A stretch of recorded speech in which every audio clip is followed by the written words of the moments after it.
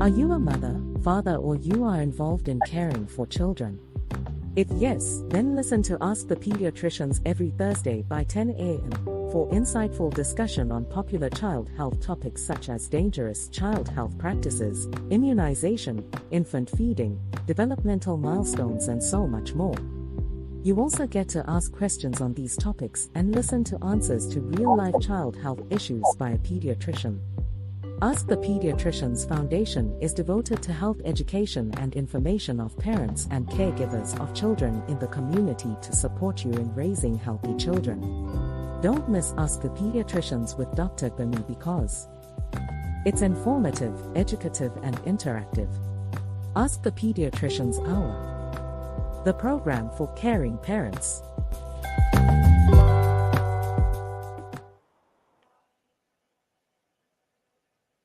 Hello, everyone, and welcome to a fresh episode of Ask the Pediatrician Hour. My name is Bemi Silavaide. I'm a pediatrician, and I'm going to be talking today about something very important as it relates to the health of our children. I want to thank you for joining us for today's broadcast. For those of you who are listening on Fresh Waves Radio, thank you so much for joining us. If you are watching on Ask the Pediatricians Foundation, our Facebook page or our YouTube channel, or you are listening on my podcast, or you're watching also on Fresh Waves Radio Facebook page, I want to say thank you so much for joining us. Ask the Pediatrician Hour is a program where we talk about health of our children and we discuss important issues that relate to the health of our children. Our goal is to empower us as parents and caregivers of our children to imbibe healthy practices that will ensure that our children live and not die. We are fully committed to the health and welfare of all children globally, but especially in Nigeria and in sub-Saharan Africa, where more than 90% of all child deaths globally occur. So thank you so much for joining us. And today we're going to be talking about epilepsy. All right, epilepsy. I'm sure many people will be wondering. Why are we talking about epilepsy? Because this is one of those conditions that people tend to um, get scared of, and maybe there are a lot of stigma around it. And actually, on the 13th of February each year is the International Epilepsy Awareness Day. And so the theme for this year has been how we can stop the step up against the stigma. There are a lot of stigma around epilepsy. And so that is why we have to have a day where we can just talk about removing this stigma. And I think most of the stigma comes from the fact that people don't really understand what epilepsy is. So today I'm going to kind of be creating awareness in line with the International Epilepsy Day, which we just celebrated a couple of days ago. So I'm going to talk a lot more about epilepsy. What is epilepsy? What are the signs or the symptoms? What is the cause? Is it treatable? Is it curable? Is it preventable? Does it occur only in children? Does it happen in adults? What can we do about it? So that is what we are going to be talking about today. So if you know anyone who you know should be part of this program, I want you to invite them. I want you to share the link to them so that they can, join us to understand more about epilepsy. And maybe towards the end, if we still have time, I will try and talk a little bit about the myths. I always like talking about myths and try to dismantle them because there are lots of myths around some medical conditions, and these myths are what cause the problem about people understanding and um, that creates all those stigma around some conditions. And sometimes people die or children don't get appropriate support because of these beliefs, because of these myths. And this is what we're trying to address by giving the right information and giving the right education so that we don't need to be worried and we don't need to be scared unnecessarily. So welcome, welcome, welcome. And again, just to remind you that if you have any questions about the topic, about what we're discussing today, you are welcome to post your questions on our Ask the Pediatricians Foundation Facebook group from Mondays to Saturdays, 24 hours daily. We'll try and address your question as soon as we can. All right, so let's start by looking at some key facts about epilepsy. All right, so when we talk about epilepsy, epilepsy is a chronic condition that has to do with the brain. When we say something is chronic, we mean it's a condition that can uh, happen for a long time, and it is a non-communicable. In other words, it's not something that people can get from being near somebody. It's not like an infection. It's not like a virus. It's not like COVID-19 that, okay, you say you should maintain social distance from those who have COVID because if you get close to them, you can have COVID. No, epilepsy is not communicable. In other words, staying with somebody who has epilepsy does not mean you're going to have epilepsy. So it's a chronic, it's a non-communicable disease that has to do with the brain. Okay, so there are other terms we use for epilepsy. Some people prefer to use the word seizure disorder. So epilepsy means it's recurrent seizures, and then we have to define what is seizure. So what happens in seizure is that there's an abnormal discharge in the brain, all right? And this abnormal discharge in the brain will manifest either in people having, jerking or what we call convulsions, or sometimes people just zoned out, staring, or they just blank out, or sometimes some people just drop on the floor. There are many ways in which you can manifest, but it's always like a sudden thing. It is not something those people have control over. Sometimes they can predict when it's about to happen. Sometimes they cannot. Sometimes they are aware when it is happening. Sometimes they are fully unconscious about what is happening. But there's an abnormal uh, electrical activity or discharge in the brain that leads to a manifestation. Most of us are familiar with when the people check, they stretched out or they begin to check what we tend to refer as convulsions, but that is not the only way in which seizures can manifest. It can manifest with just a child just zoned out completely, they just staring and you try to call them and they're just not responding. Sometimes some people will just have what we call drop attacks. Sometimes it will be as if they have a shock, what we call myoclonic checks. So there are many, many ways in which, and sometimes it may even manifest as a behavior change, they start having some feelings maybe that are not necessarily there. So that is epilepsy. And now epilepsy, it affects people of all ages. So even though I'm a pediatrician and I'm talking mostly about children, but epilepsy is not just only about children. Epilepsy affects people of all ages, adults, children are affected by epilepsy. In fact, it is WHO estimated that there are about 50 million people in the world that have epilepsy. 50 million people, and that means it's one of the most common neurological condition or a condition that affects the brain. Epilepsy is the most common of all of them. So it affects men, women, adults, children, about 50 million people in the world. And just like some other condition, 80% of people who live with epilepsy are living in low and middle income country. All right. And why is that? Is because most of the children, people who are still living with epilepsy, if they get the right diagnosis and they get the right treatment, they will actually be free from epilepsy. Maybe because in the low and middle income countries, a lot of people, I'm going to talk about the myths. They believe these things are spiritual, this is their demonic, it's witchcraft, and because of that, they don't seek the right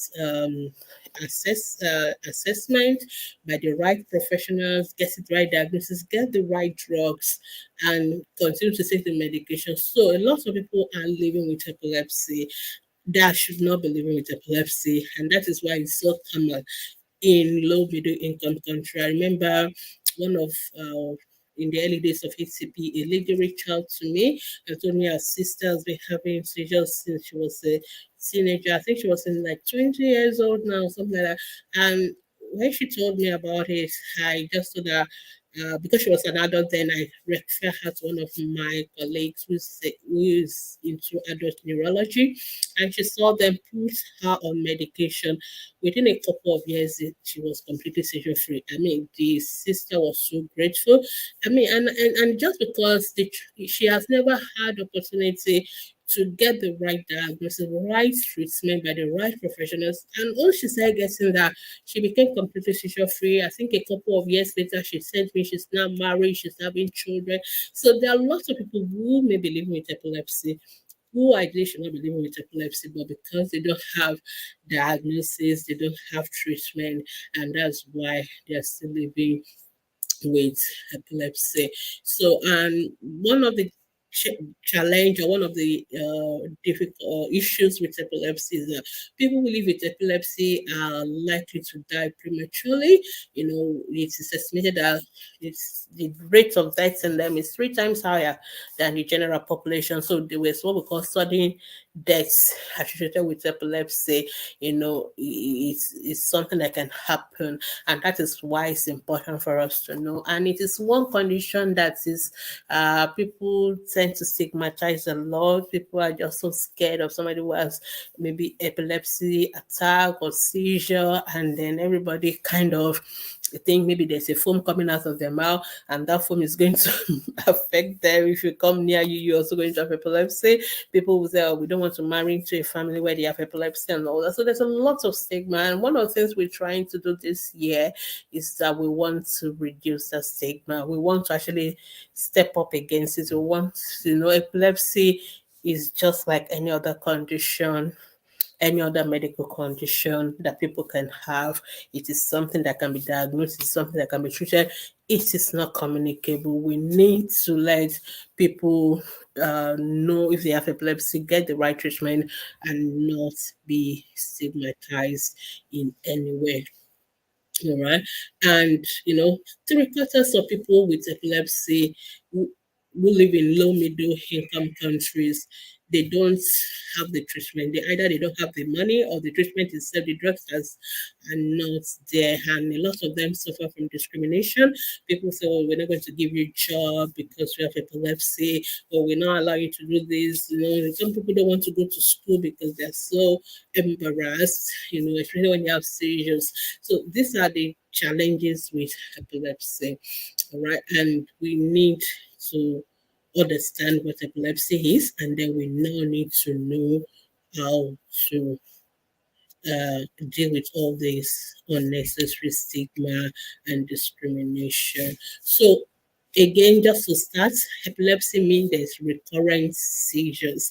So, once somebody has had seizure twice, they have epilepsy. People don't like, especially in Africa, they don't like the word epilepsy, but it is just it doesn't is because of all those stigma and discrimination people are associated with epilepsy. But epilepsy just means seizures.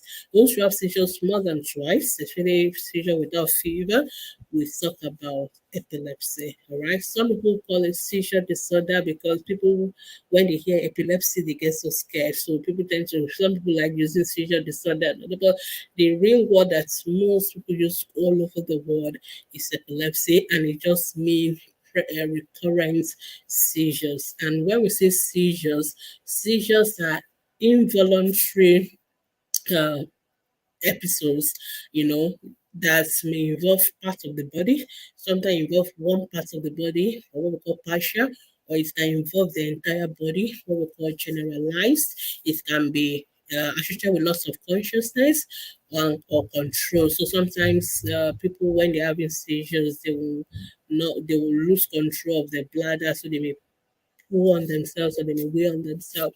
So that is what a seizure is. Something is happening in the brain. Okay, there's an excessive or sudden electric discharge in the brain, and that now manifests, and different parts of the brain could be affected. So that would determine which part of the body the seizure manifests. And some seizures can be very brief. Some children will have what we call absence seizures, where they kind of just zone out. They may be talking and then they'll suddenly pause, as if they stop talking, but then they'll just continue again from where they stop. And sometimes if the teacher is teaching them, they take a part and they kind of zone out in the middle, and this can happen several times a day. So you can imagine that child will struggle with learning in the classroom, and it can just be that kind of brief, and it's still a seizure, or it can be the frank checking, movements of the hands, or stiffening of the whole body, and what we normally call convulsions, and they are all still seizures. So there are different kinds of seizures. So convulsions are seizures, but it's not only convulsions that are seizures. There are other seizures that are not the child may not be jerking or be stiff and all that. Sometimes it's just that blank staring that seizure. And so we need to understand that. And some people have seizures very frequently. Some people will have several seizures in a day, and while some children will just have the seizure maybe once. Some people have a seizure this year and they may not have again till maybe a couple of years down the line. And sometimes doctors are like, should we start treatment or should we not treat, because these seizures are not so frequent. But some children have seizures like daily. Some can have several episodes in a day.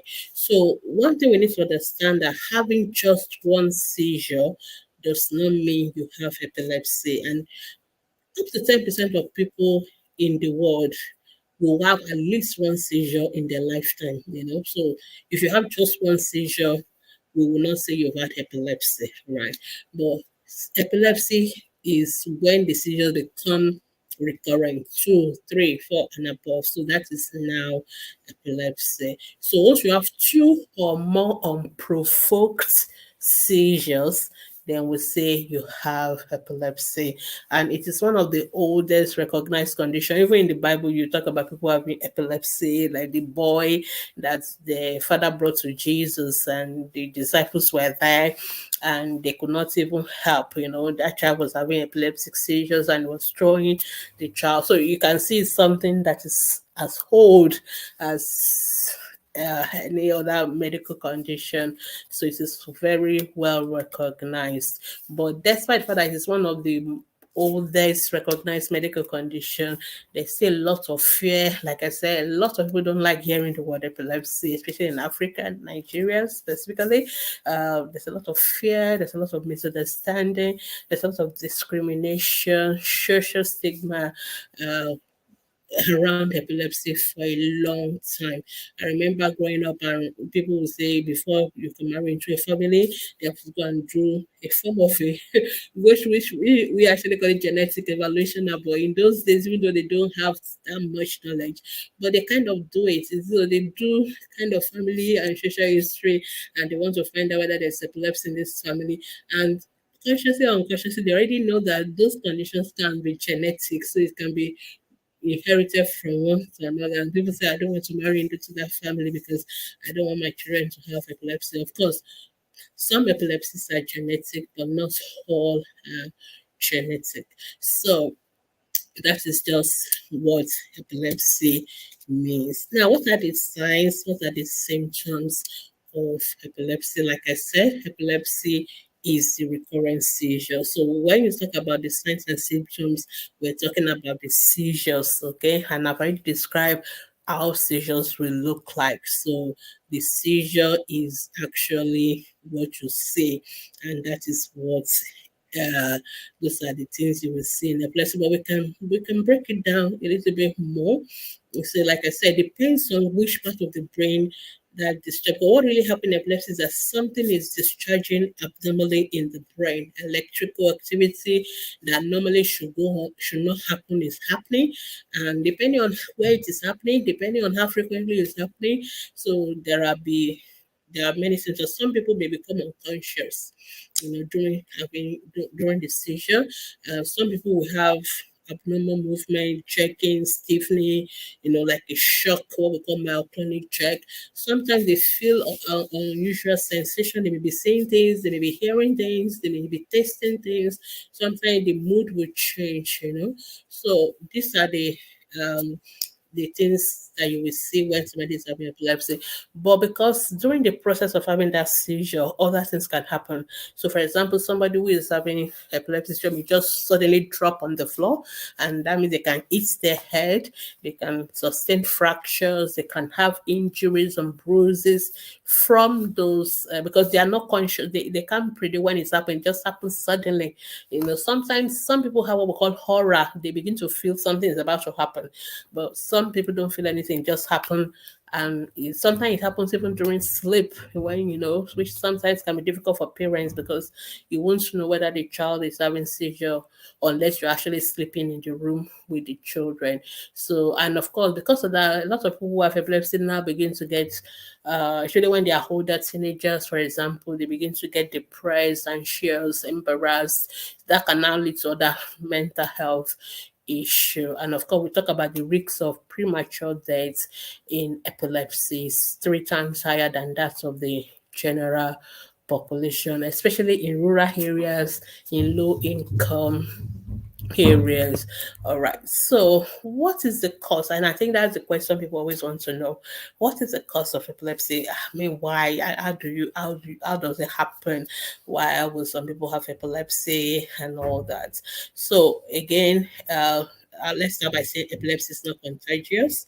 So you don't get epilepsy because you help somebody who has epilepsy, or you clean their saliva, or you try to support them in any way. No, you don't get epilepsy by touching saliva or any of those things that people used to say.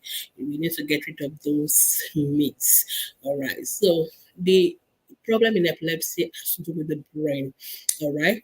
It has to do with the brain. However, most of the time, 50% of the time, we don't actually know what causes that abnormal firing in the brain. We don't know why it happens. So we always say 50% of the causes of epilepsy we don't know. We call it idiopathic. In other words, it's unknown. It just happened, and which is so that's why some people, they don't have epilepsy in my family. Why would my child have seizure? Why would my child have epilepsy?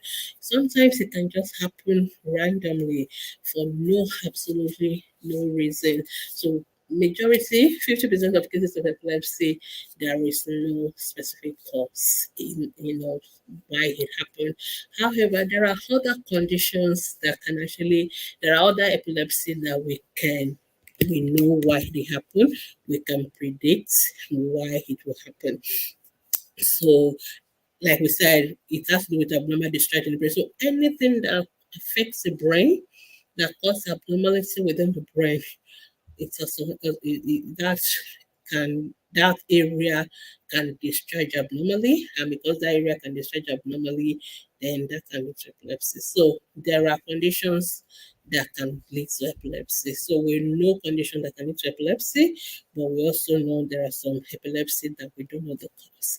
So those conditions could be, if the brain itself, during the formation of the brain, it is not properly formed. When the baby is being formed in the womb, the brain is also being formed from the third week. If anything happened and some part of the brain is not properly formed, that area of the brain, that structural abnormality in the brain, can lead to the child having abnormal discharge, and that can cause epileptic seizures. All right. Sometimes it can be genetic, so we know, just like I said, even the African people have, even without knowing all that medical medicine stuff, they know that this thing can happen again in other family. So that tells us that there are some epilepsies that are genetic. They tend to run in families. So if somebody already has this, another person can also have it. And these days, we now have technology for doing genetic tests to know what genetic condition can lead to epilepsy. So we can even predict those ones. So if you know the cause of this epilepsy is genetic, then we can tell you whether it's something that can happen in other family members down the line. Also, sometimes if there's infection, so infection in the brain, like cerebral malaria, meningitis, encephalitis, any infection in the brain, even worms, sometimes worms get into the brain and they can form something like they can get encysted into the brain and they can now also lead to epilepsy. So that is why deworming is so important when we talk about deworming, because we also one can actually get into the brain and cause epilepsy. So any infection in the brain, it can happen when the infection is ongoing. It can also happen after the infection has been treated. In other words, it's become what we call sequelae or consequences of long-term complications. So a child has had meningitis. We've eventually treated the meningitis, but during the process where the child has meningitis has caused some injury or damage in the brain, and therefore the child may have a long-term consequence, and one of which can be epilepsy, and the child can start having seizures. So, structural abnormalities of the brain, genetic causes, infection in the brain, some other metabolic conditions, some immune conditions, they also can cause epilepsy. So, while 50% of the time we don't know the cause of epilepsy, 50% of the time we also know things that can lead to epilepsy. So brain damage, for example, if a child was born not crying at birth, which is why we want you to deliver your baby in hospitals where they can make sure that if the baby is not breathing in the first 1 minute, what we call the golden minutes, we can breathe for the baby, because if we don't do that, it's not just that the child may die. Sometimes the children will not die. They will eventually cry or breathe, but the brain starts to die within 5 minutes of no oxygen.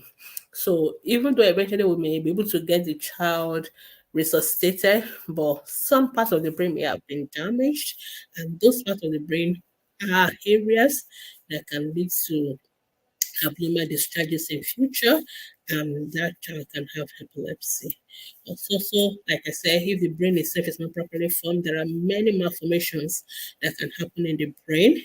The convolution of the brain may not be properly convoluted, or some part is just there, or there's some part that has extra blood cell or whatever. There's so many things that can go wrong during the brain formation, and that can lead to epilepsy, and the child having seizures in future.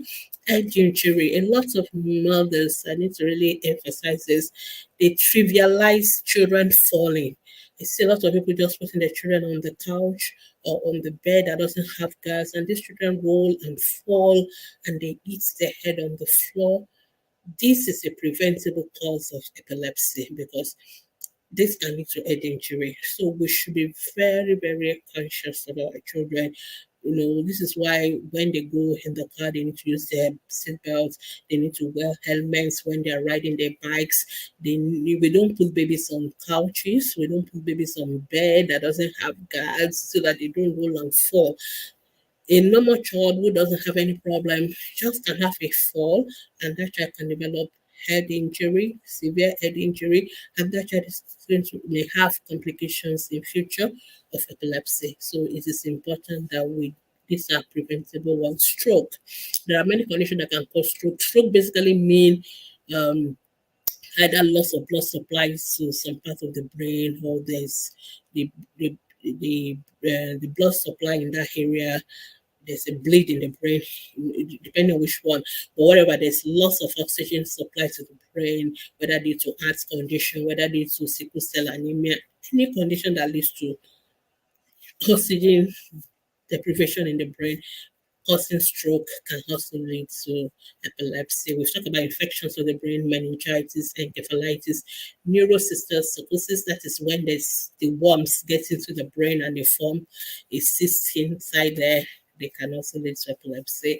And of course, infections, tumor, brain tumor. Yes, I've seen one of my patients came to me because of epilepsy, and luckily it was private hospital, and I was just like, okay, as part of the workup, let's do the EEG. I wasn't even expecting brain tumor. I just, as part of just workup, let's just do a brain scan, make sure we cover, just make sure there's no other thing causing this epilepsy. I just think it's one of those idiopathic epilepsy that we don't know the cause, that we just treat and the child will find after 2 years.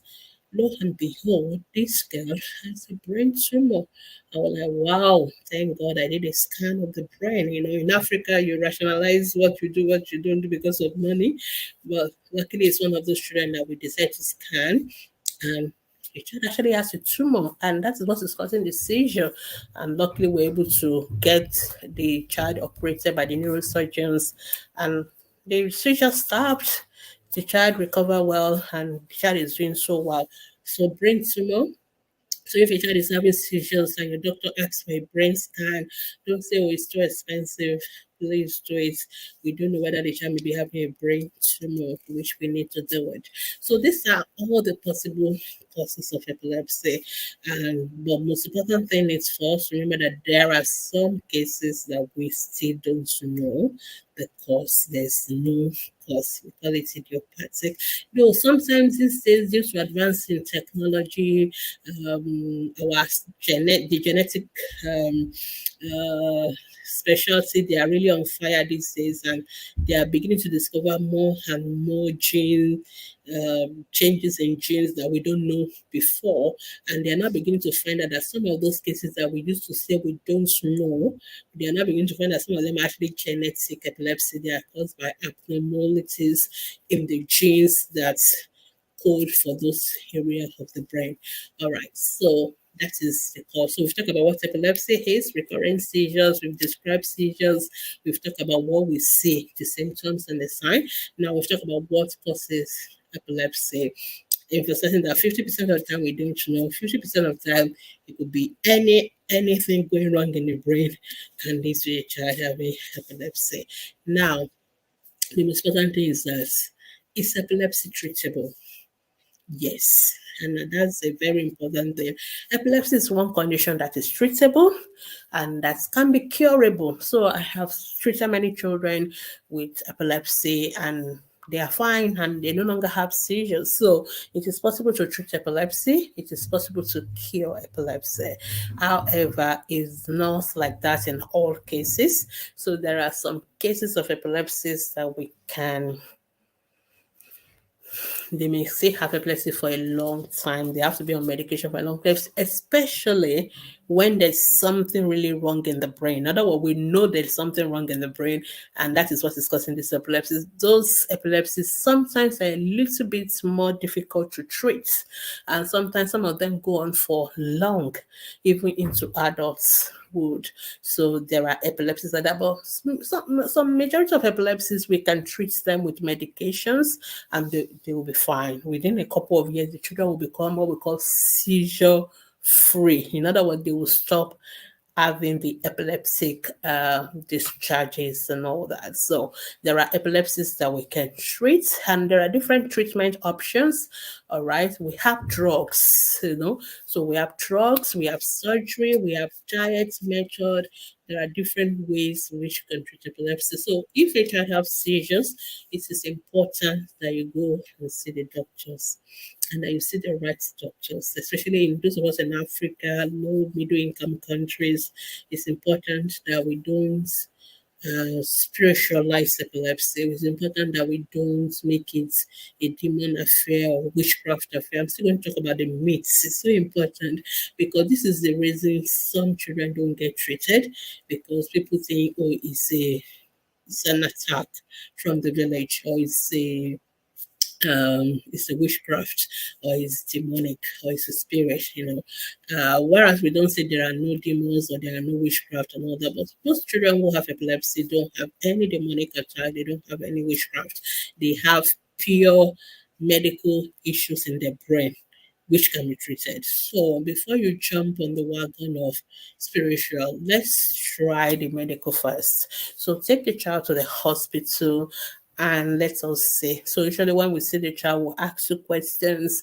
So the best thing we like to do is to see the seizure, because we like to. There are different kind of seizures. There are different kind of epilepsy depending on what we say. So we like to see. So eyewitness account is the most important. So what I normally tell my parents is that when your child is having a seizure, thank God for video phones, camera phones. So these days, everybody can record, on the phone. So get out your phone, record that episode for us, save it, and bring it to the hospital. That is the best history the doctor wants to say. So when you come to the hospital, we ask you questions: how long a child be having seizures, how many episodes, also time it, how long did it happen for? Is it 60 seconds? Is it 1 minute, 2 minutes, 5 minutes, 1 hour, 2 hours? We need to know all this information. We need to know what really happened. Is the person aware? Did they become unconscious? Did they drop on the floor? Whatever. So we need to have all this information. So when you go to the hospital, the doctor will ask you all these questions. But best if you can record that episode and show it to the doctor. That's the best. Just record it, and then with the information you give us, we can easily make a diagnosis. Diagnosis of epilepsy is clinical. I need to emphasize that because I see a lot of parents telling me, "Oh, my child is on seizure medication," especially those who have additional learning needs, children with special needs, and a lot of them are put on medication for seizures. And then I asked the mother, "Does your child have seizures?" They say no, and I'm like, "How was the child put on this medication?" They're like, "Oh, he did an EEG, and EEG was not."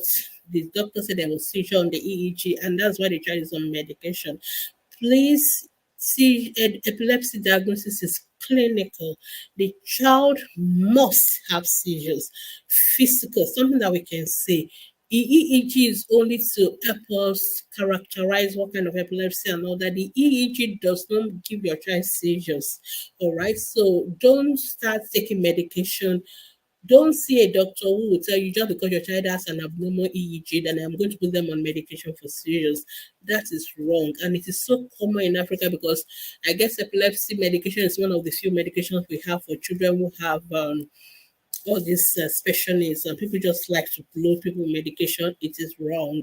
All right. So, for those parents who are listening to me, if your child does not have seizures and your child is on medication for seizure just because of a test, please, you need to see your doctor, and that medication needs to be stopped. All right. So, we need to have seen a child have the seizure. There must be the physical history of seizures seen, observed by eyewitness. EEG is only going to add 10% of the entire population will have an abnormal EEG, even though you've never had seizures. So abnormal EEG does not mean you have seizures, okay? Because some people will have abnormal EEG and they don't really have any seizures. And also the contrary is true as well. A child can have seizures physically, and we can do an EEG that will be normal. So a normal EEG does not rule out seizures in a child, does not rule out epilepsy. So EEG is not the make or break of seizures. Our clinic is a clinical diagnosis that you have the doctor's made. So if you are for the children, please see your pediatrician, preferably your pediatric neurologist.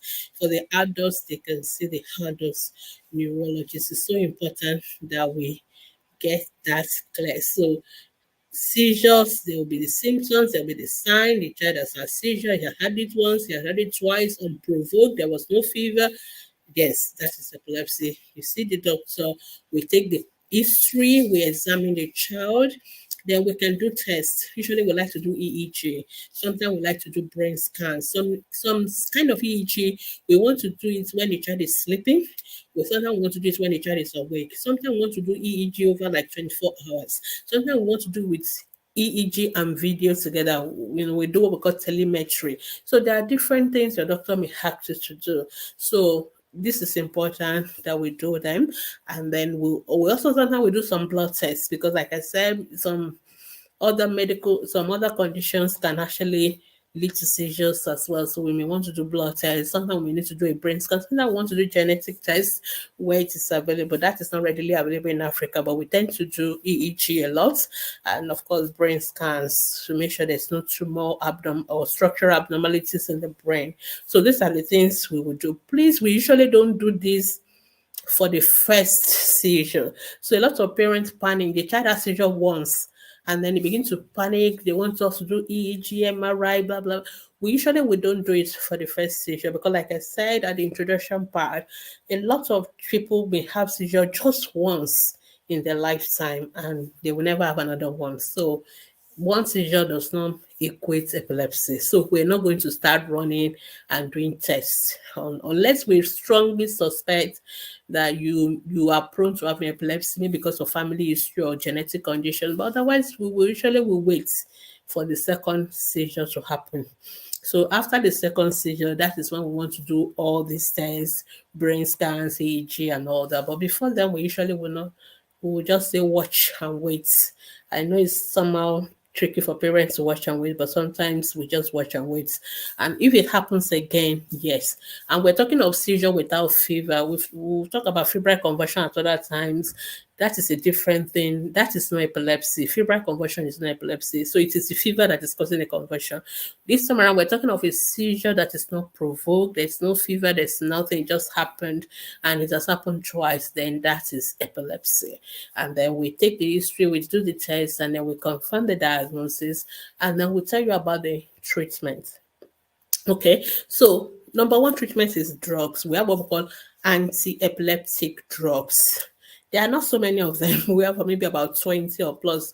We are beginning to get some new ones. So we usually, based on the EEG, based on the characteristic of the seizure, what we call semiology and all that, it will help us to decide which drug is best for your child. So we will start the drugs. Most time we like to start with just one drug, and then sometimes we start with very small dose. Most of the time, some drugs are once a day. Most of them are twice daily. A few of them maybe three times a day, and then we gradually. Sometimes when we just start the medication, it is important for you to know that the seizure may not stop completely immediately. It may reduce, but it may not stop. So be patient because this is some of the challenges parents have. Some parents immediately you start medication, it is not like malaria drug. This is a long-term condition. This is a chronic condition. So we start the medication. We have to gradually what we call titrate it. We increase it gradually until we get what is the best dose for your child. And then we're also watching for side effects. So it's a game of what will work and will not give side effects. And so we're trying to balance the two. So please, when your doctors are doing that process, don't be impatient. The child will still have seizures because a lot of some parents will just say, "Oh, it didn't work. I'm going now to the next place. I'm going to Babalawo, Babali's church." And no, please be patient with the doctors. And it is those conditions are not conditions that you see your doctor and then you take off forever because you've used the medication, it has worked.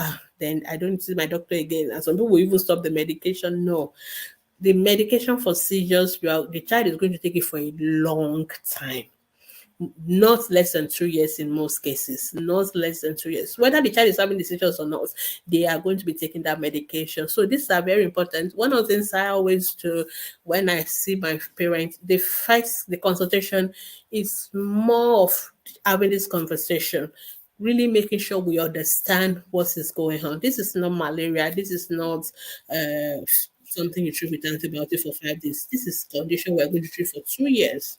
This is a condition that we're going to be increasing the dose. Sometimes, if this doesn't work, because sometimes we never know what is going to work for one person, sometimes we need to change. We may for try what the one that we think should work. Sometimes it doesn't work, then we change to another one.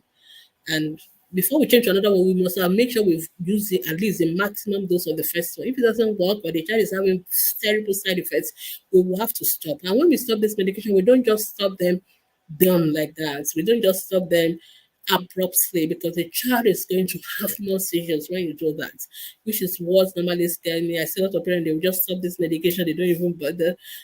So it is not right. So we have to stop it gradually and then start another one slowly again. slowly and then see whether that works. Sometimes we have to use two drugs together. Sometimes we have to use three drugs.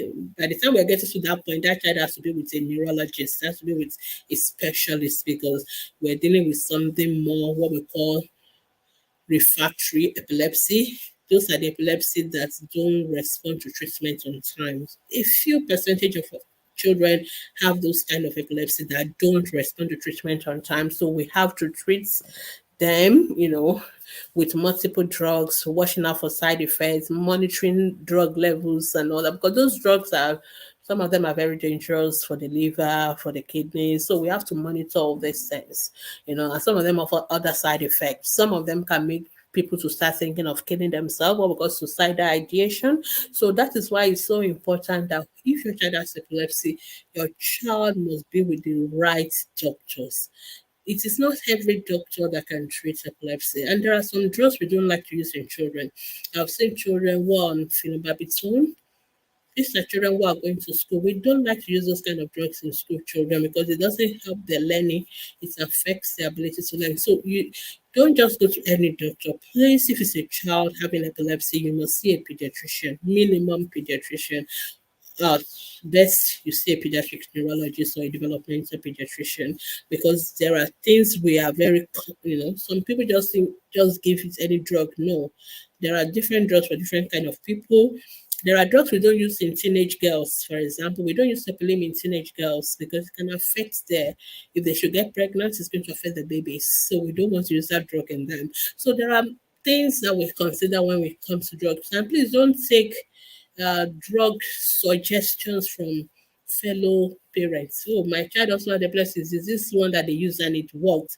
It may not work for your own child, and it may not be appropriate for your own child. Some children also react to certain drugs. These are all the things the doctor is thinking about when giving drugs. So please stick with your doctor, your pediatrician, follow the advice on the medication dose. Remember that we may need to adjust the dose. Remember, we always increase the dose at some point. As the children gets bigger, their weight increase, we need to increase. If we don't increase, the child is having seizures again. Remember that this is a long-term treatment. And remember that when we are ready to stop it, we don't just suddenly stop it. Someone say, oh, my child has not had seizure for 6 months, so I don't need the medication again. No, sir, you need to keep giving the medication until your doctor say it is time to stop it. And your doctor will also give you a plan on how we're going to stop it gradually. Some of us do it over 3 months, some people do it over 6 months, because the slower the better. So that when the child comes off the medication, they don't have what we call rebound seizures. Okay, so it's so important that we do it right. So there's a lot of medication when it comes to seizures, and we need to do it right. It's okay. Some children can take tablets, some cannot take tablets, some can take liquid. So we just need to do it right. All right. So sometimes medication does not work for some children. There are other treatment methods. We have what we call ketogenic diets, which we sometimes try. It's more of giving children lots of fats and less carbohydrate diet.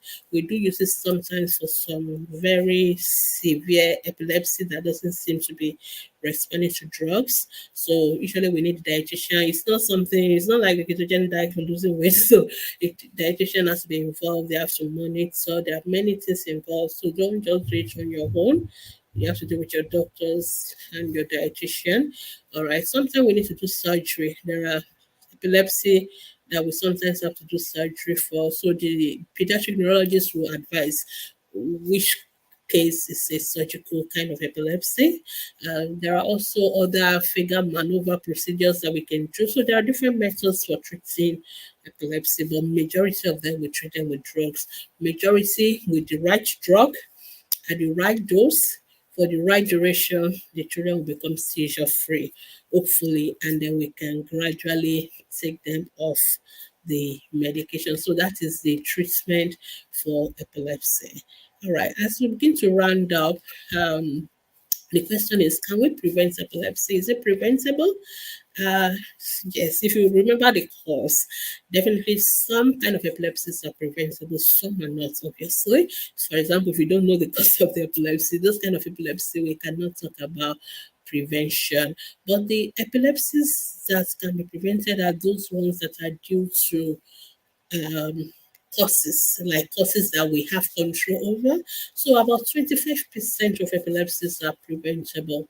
Preventing head injury is, and like I said earlier when I was talking about the cause of epilepsy, it always amazes me how sometimes some mothers can be so careless when children are falling and falls. So I think I'm going to take another series again on fall. I've done it before.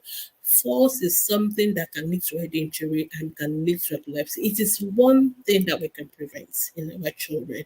So that is one cause of epilepsy that we can prevent. So avoid falls, let our children wear helmets. And when some children tend to have what we call drop attacks. So for such children, we need to put helmet for them. Road traffic accidents, another reason why children can have head injury. Sports. So we need to be very careful to avoid all this edge injury that can now lead to post-traumatic epilepsy. Of course, epilepsy due to the fact that the child didn't cry at birth. Perinatal care. It is why we start talking about pregnancy, delivery in the right setting is so important because some of those children will live, but they're going to live with epilepsy because even though we eventually manage to keep them alive, they've suffered brain injury because oxygen does not get to the brain. Please, if the doctor say your child needs to be delivered via cesarean section, go for it.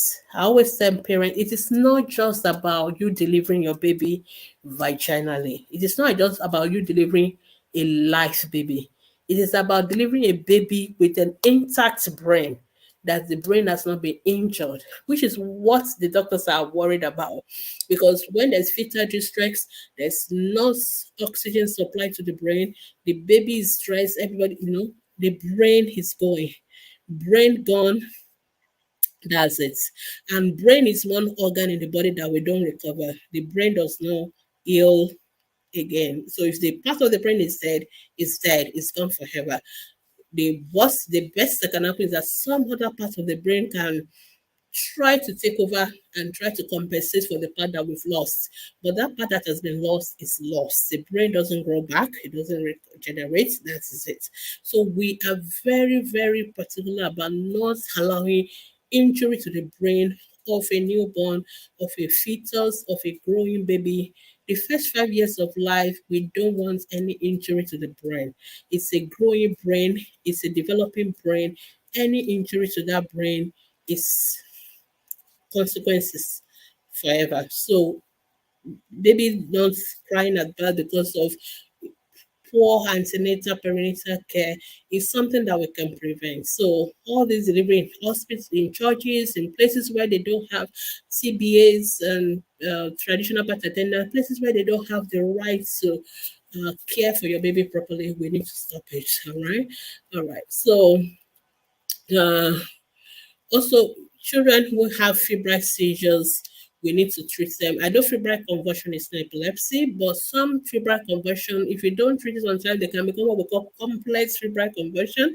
That they happen several times, and because when conversion is happening, it's also compromise oxygen supply, blood supply to the brain. So the brain can also now become injured, and that is now what will now lead to epilepsy. So we can definitely prevent that. All right. Also, other health issues that can affect the brain, like those who have cardiac problem, heart problem, we need to treat it on time. Sometimes when we treat it on time, then it's not going to have like secondary effect on the brain, like stroke and all those things. Children with sickle cell anemia, we need to treat them. Sometimes we need to be transfusing them so that they don't have stroke, so that they don't develop epilepsy and all that. So infections, we can prevent meningitis through taking immunizations and all that. So these are all these things that we can do. So doing those things that we have control over will reduce at least 25% of epilepsy. We can prevent 25% of epilepsy. Of course, we can't prevent genetic epilepsy. We can't prevent idiopathic ones, the ones that we don't know the cause. But at least if we try to deal with the ones that we can, then we can manage the rest of them. So that is things that we can do about epilepsy. So I've been talking about epilepsy. I've talked about what epilepsy is. I've talked about how the causes of epilepsy, the symptoms, and I've talked about the treatment, and I've also talked about how to prevent it. There are lots of myths around epilepsy. I don't think I have time to even go into that today, but there are lots of stigma and all that. So maybe I'm going to do another talk on that entirely, because I think it will take another hour or so just talking through epilepsy. But as a roundup, I just want to encourage you that if your child is having frequent seizures, it is treatable and it can be cured sometimes. So please do not sit at home. Do not wish it away, or do not think it's an attack or spiritual thing. Please seek the right intervention. Take your child to the hospital with a pediatrician. Let them examine the baby, even for adults, because adults also have epilepsy. Most epilepsies are treatable. Some are preventable. We can actually cure some of them. So that should give us hope. And let's stop stigmatizing those who have epilepsy. Epilepsy is just like any other medical conditions.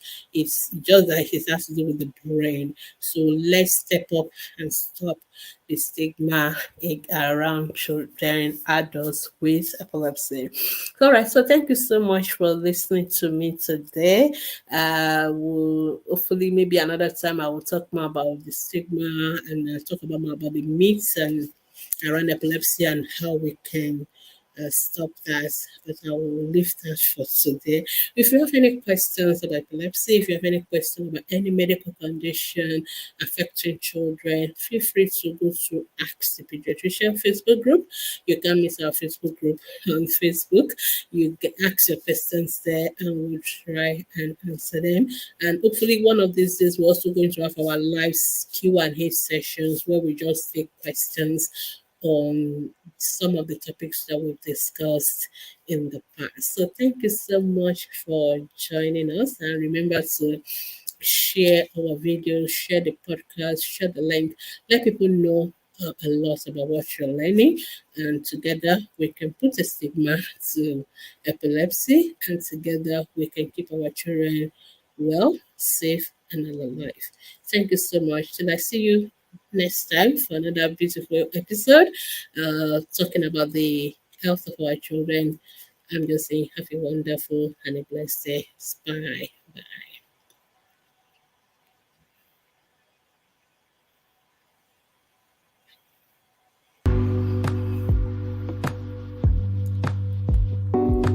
Are you a mother, father, or you are involved in caring for children? If yes, then listen to Ask the Pediatricians every Thursday by 10 a.m. for insightful discussion on popular child health topics such as dangerous child health practices, immunization, infant feeding, developmental milestones, and so much more. You also get to ask questions on these topics and listen to answers to real-life child health issues by a pediatrician. Ask the Pediatricians Foundation is devoted to health education and information of parents and caregivers of children in the community to support you in raising healthy children. Don't miss Ask the Pediatricians with Dr. Bami, because it's informative, educative, and interactive. Ask the Pediatricians Hour, the program for caring parents.